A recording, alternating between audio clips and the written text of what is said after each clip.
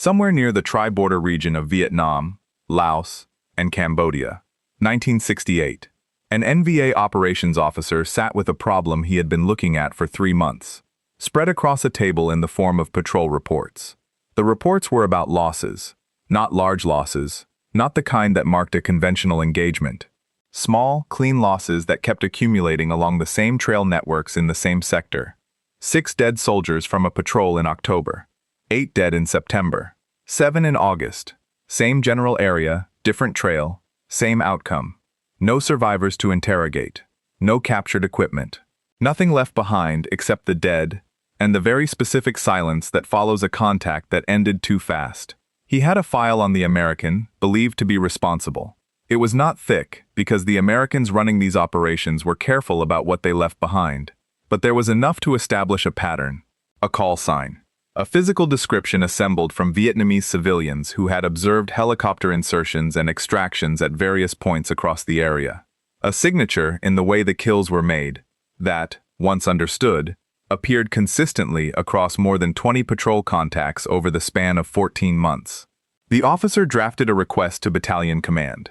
300 soldiers to be organized into systematic search teams and deployed across the operational area with a single objective: find the American and neutralize him. The directive did not specify what condition the American needed to be in when found. Nobody on either side of that border knew that 3 years earlier, the man they were hunting had enlisted in the United States Army, largely because there was nothing else he particularly wanted to do. Before we go on, let us know in the comments where you're watching from. We love seeing how far this story travels. And if you're loving it so far, join the family by hitting subscribe, because tomorrow, we've got something special lined up just for you. Jerry Shriver was from Georgia. The kind of background that makes military service feel like a default rather than a decision. He enlisted in his late teens, moved through infantry training, and tested into special forces before he had settled on any particular plan beyond the next evaluation. What his instructors noticed, and what the assessments captured in careful language, was that he had a specific quality in the field that did not break down into any single measurable skill. He moved through terrain without leaving the sign that most men leave when their minds are somewhere else. He was patient in a way that is either innate or the result of enormous practice. And with Shriver, no one was certain which. He was not interested in the things that interested most soldiers of his rank and age: the leave time, the rotation home, the plan for after. His file noted, in the neutral language of personnel records, that he had not submitted preferences for stateside assignment. That detail is worth pausing on. Every soldier in the Army had a slot in the system for listing where they wanted to go next, what assignment they were working toward, what came after the current posting. Shriver's slot was empty. Not because he had forgotten to fill it out, because he had nothing to put in it. The current posting was the answer to the question the form was asking. MAC for SOG was formally activated in January 1964. The name, Studies and Observations Group, was intentional misdirection. The Studies and Observations Group did not study or observe. It ran classified special operations into Laos, Cambodia, and North Vietnam, at a time when the United States government was officially conducting no operations in any of those countries. The teams were small by design. 2 or 3 Americans paired with 6 to 8 Montagnard indigenous fighters from the central highlands of Vietnam. Men whose families had been living in these mountains since before the French colonials arrived, and whose knowledge of the terrain could not be replicated by any amount of map study or formal training. They knew which ridgelines gave cover from observation. They knew which streams could be followed without leaving traceable sign. They knew which villages along the border would report a passing stranger, and which ones would not. That knowledge was not in any briefing document. It lived in the people who had grown up in the ground itself. A man joining SOG was given one administrative fact before his first mission. If captured, the United States government would not acknowledge his existence. There were no official records of his assignments. If he did not come back, there would be no official record of what had happened to him or where. This was not delivered as a threat. It was delivered as information, the way you inform someone of a weather forecast. Here is the condition: plan accordingly. Most men who received this information treated it as an abstract risk, the kind of thing you acknowledge and file away so it stops occupying mental space that the mission needs. Shriver received it and re-enlisted into SOG. Then again after that. Then again. Officers who rotated home after a standard year-long assignment and returned on new orders found him still there. Not in exactly the same place, because the missions moved constantly and the operational areas shifted, but close enough. He ran recon teams under designations that changed with each assignment. RT Idaho, RT Python. Different names for the same instrument, and the instrument reflected its operator. He kept stray dogs. Every account from men who served with him mentions the dogs. 2 or 3 of them at whatever forward operating base he was using at a given time. Fed from his own rations when the base food ran short, which it did. When a mission brief came in, he handed the dogs over to someone nearby and went.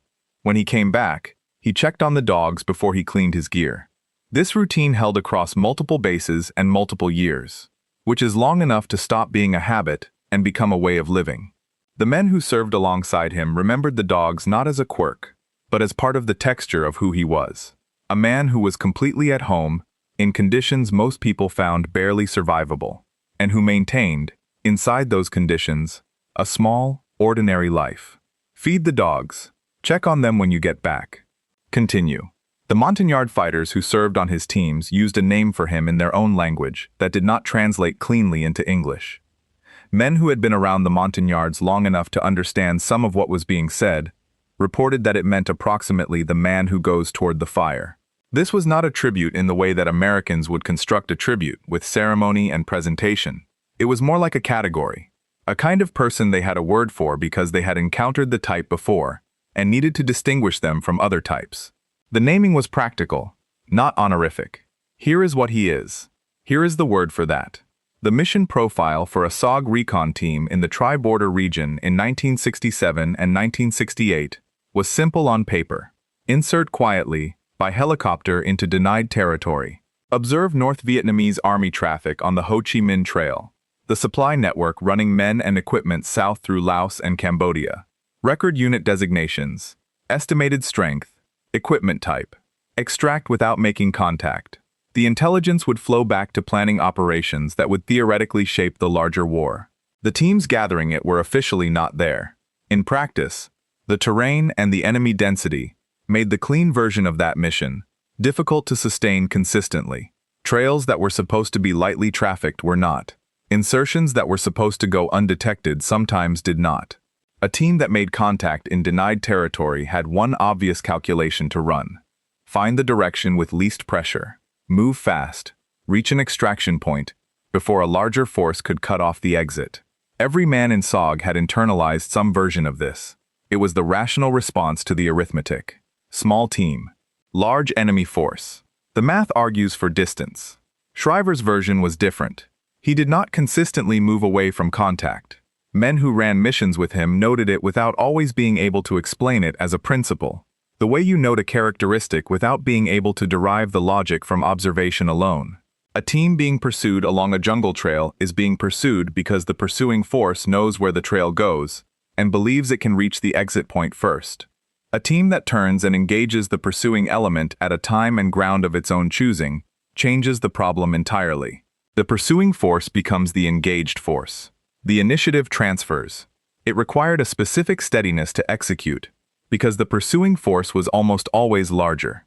Turning to face it made the numerical difference immediately and physically clear. The math, up close, was worse than it had looked from a distance. Shriver did it anyway, and consistently enough that it became method rather than improvisation. A doctrine of one, developed in the field and never written down anywhere. The NVA units operating in his sector had been logging the pattern since early 1967. Their patrol reports noted that the American recon element in this area did not withdraw from contact in the manner typical of American reconnaissance teams. Their after-action summaries referenced a consistent engagement signature. Fast, close, the team attacking into the pursuit rather than away from it. The contact ending before reinforcement could arrive.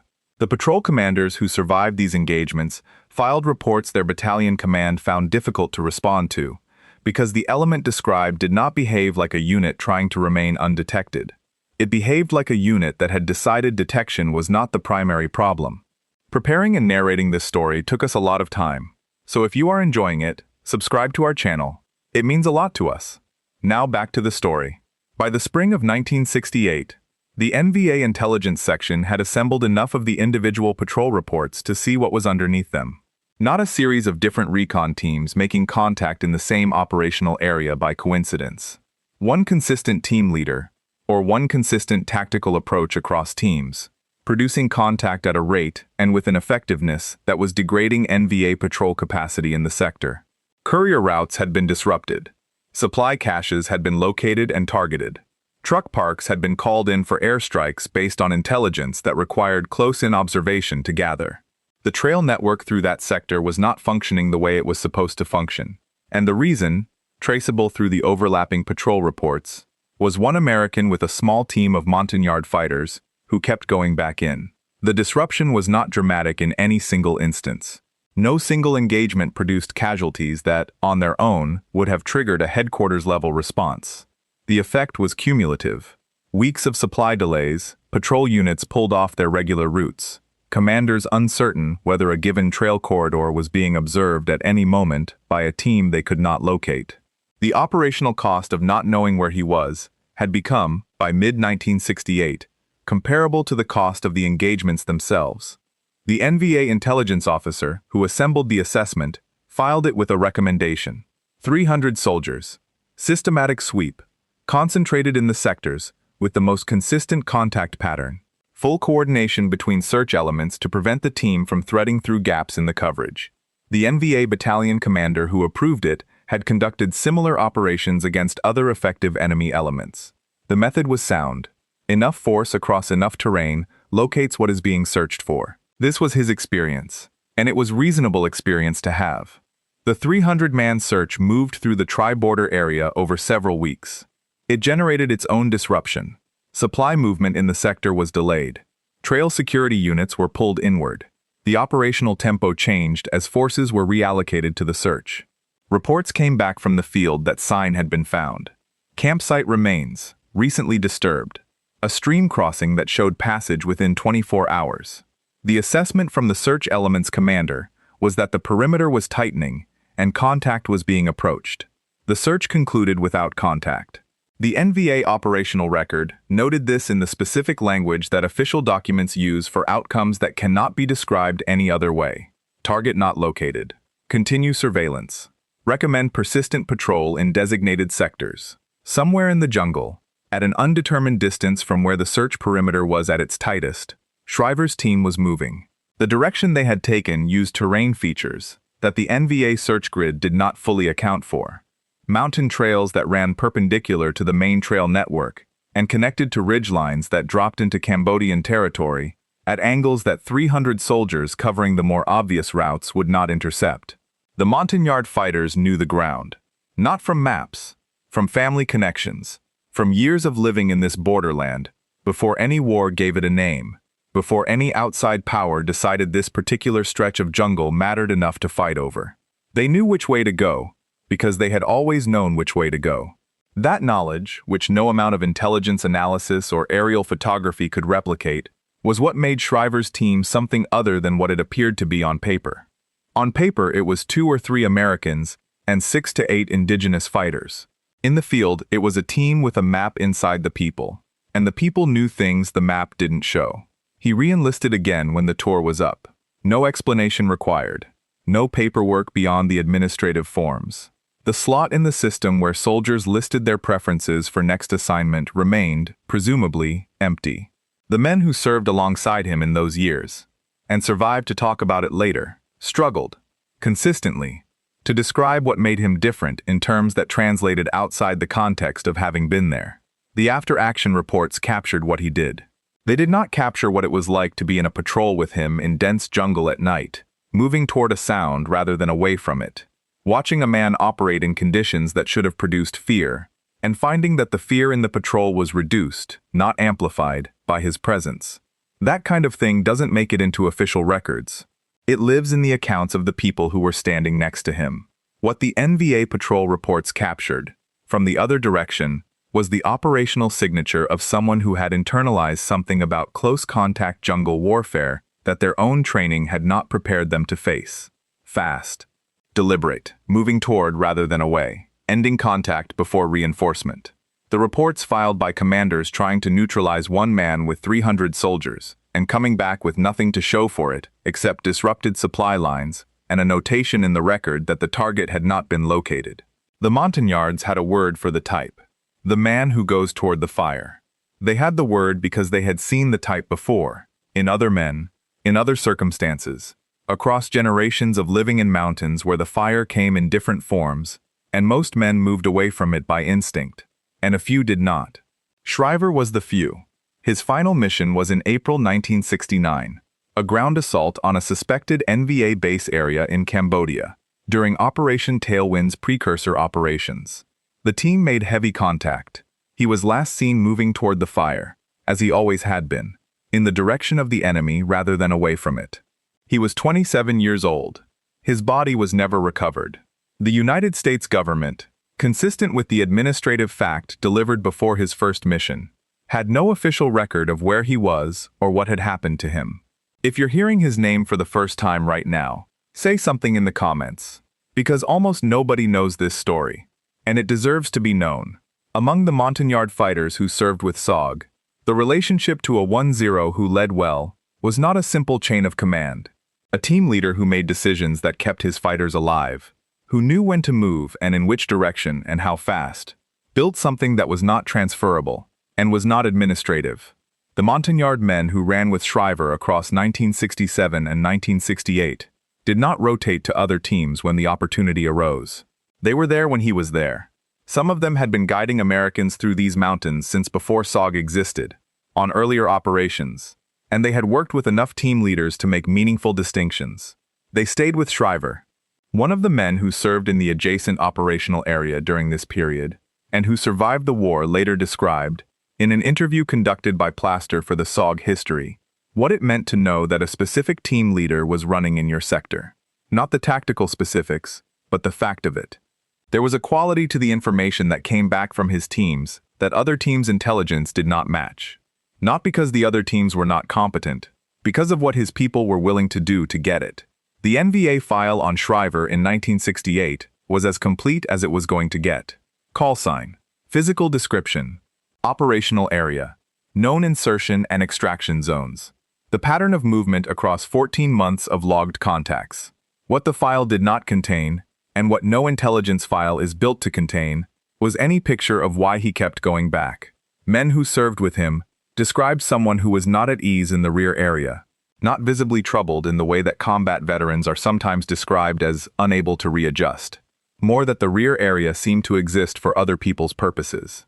He moved through it with efficiency, resupplied, cleaned his gear, ate, slept, tended to the dogs.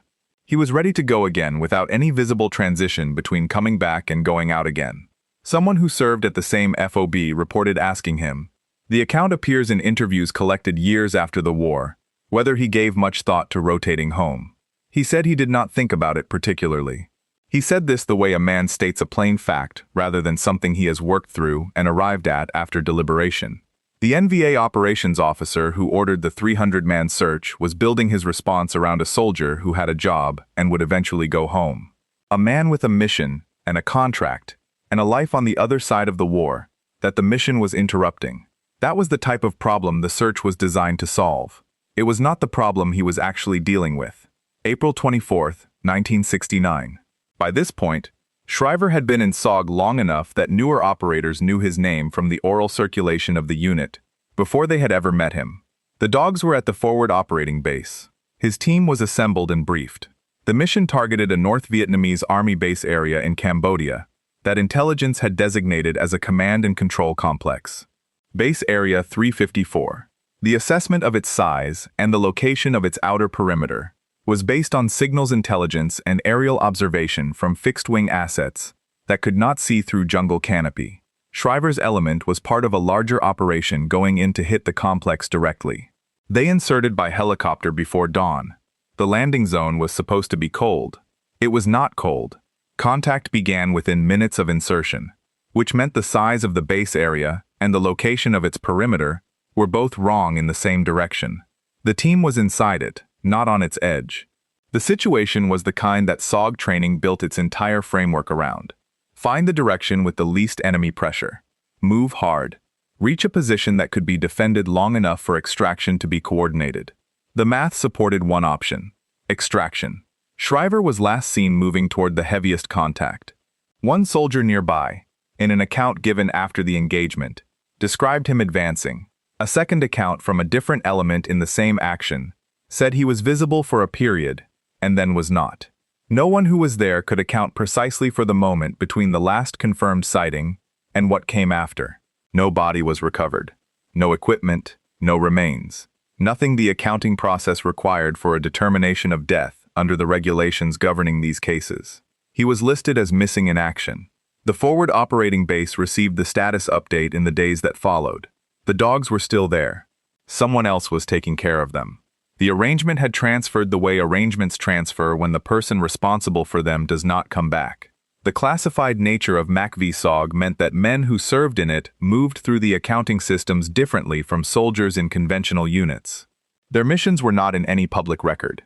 Their losses were processed administratively, but without the context that would make them legible to anyone outside the program. The existence of SOG itself was not publicly acknowledged by the United States government until 1990. The operations it ran, the areas it worked in, the men it lost in places the government had officially stated contained no American soldiers. All of it has been entering the public record in pieces since then, as files declassify on schedules set by review cycles rather than by urgency. The MIA determination on Shriver went through the standard review process in the years following the war. Joint search teams worked the tri-border region through the 1990s and into the 2000s. The ground was difficult. The jungle had grown denser over the decades. The specific location of the April 24th engagement was not precisely recorded in documents that survived the end of the war intact. Witnesses, where they could be located and would speak, were working from memories 30 years old. The base area where the contact happened had seen considerable violence before and after that morning, and the physical record of one engagement on one day was impossible to separate from everything else that had happened there. He was administratively moved to a presumptive finding of death when the accounting could not be resolved. His name is on the Vietnam Veterans Memorial in Washington. Panel 26W, line 97. It is there among the 58,000 others. What is not on the wall, because walls are not built for it, is what the NVA knew about him by 1968. The patrol reports. The operational directive for the 300-man search. The intelligence assessment describing one American soldier as the most significant threat to NVA trail operations in the tri-border sector. Not a firebase, not a gunship, not a battalion of infantry. One man with a small team of Montagnard fighters, and a consistent habit of going toward what everyone else was moving away from. They sent 300 soldiers to find him. They did not find him. He ran another year of missions, and then he went into Cambodia, on a cold LZ, that was not cold. John Plaster, who served in MACSOG and later wrote the most thorough history of the unit's operations, documented Shriver's story from the classified records and from the men who were still alive when he was writing in the 1990s. The men remembered the dogs. They remembered what it meant when his name appeared on the mission brief as 10, the team leader designation. They remembered hearing that he had not come back from the last one, and what that information felt like moving through the unit. There is a specific quality to that kind of loss inside a small classified unit. In a conventional infantry battalion, a soldier who does not come back from an operation is mourned within a structure that has official language for it, a process, a next of kin notification, a ceremony with a rifle and boots and a helmet. The structure exists because the loss is acknowledged. SOG did not always have that structure available to it, because the loss could not always be publicly acknowledged. Men came back from missions and reported what had happened, and filed what paperwork they could file, and the official record reflected almost none of it, and the grief went somewhere that the official record did not reach. The SOG unit received a classified Presidential Unit Citation in 1969 for operations during the war. It was declassified in 2001, 32 years after it was awarded. Some of the men covered by it had been dead for 3 decades by the point of declassification. Some were still alive. One was still listed as missing. The accounting is still ongoing. More than 1,600 Americans remain unaccounted for in Southeast Asia. The joint recovery teams still work the region. Files still emerge from the classified record on their own schedule. The picture assembling over 30 years. is of an operation that asked men to go places the public record could not acknowledge, to do things the public record could not describe, and to accept that if they did not come back, the paperwork would reflect none of it. This was the administrative fact delivered before the first mission. If captured, the United States government would not acknowledge your existence. Shriver received that fact and re-enlisted. Then re-enlisted again. The slot in the system where soldiers filed their preferences for next assignment remained empty, as far as anyone who served with him could recall, across the entirety of his time in SOG. What the NVA patrol reports captured, from the other direction, was something that their commanders found genuinely difficult to categorize. An American element that did not behave according to the doctrine American elements were supposed to follow. Fast, close, attacking into pursuit, rather than away from it, ending contact before reinforcement could arrive. Predictably unpredictable, in a way that made standard counter-recon operations hard to design around. The 300-man search was the largest single response they mounted, and it came back with campsite remains and a stream crossing, and a notation that the target had not been located. He had gone perpendicular to the search grid, through terrain the Montagnard fighters knew from memory rather than from maps, and come out the other side. The search perimeter tightened around empty jungle. He re-enlisted when the tour was up. The NVA never found him in the field. They had him listed as a priority target through 1969. They never found a body either. Jerry Shriver, Master Sergeant, Special Forces. Multiple tours in a war that most men left as soon as the regulations allowed. A bounty on his head from an enemy that had assigned 300 soldiers to locating him.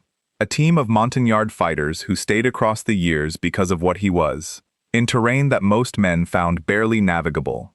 Dogs at every forward operating base he ever used, fed from his own rations. And at the end, a morning in Cambodia, when the LZ was not cold and something happened in the seconds between the last confirmed sighting and the silence that followed, and nobody on either side has been able to account for precisely what that something was. Panel 26W, line 97. The wall has 58,000 names on it. Most of them haven't been told yet. If you've been watching this channel for a while and still haven't subscribed, now is the moment. Hit the button, turn on the notification bell, and join the community. We are here every day with the military history stories that deserve to be told straight, without softening what was hard, and without forgetting what was, in its own way, exactly right. Thank you for watching. Respect the fallen, honor the veterans, and never forget what they were fighting against. We will see you in the next video.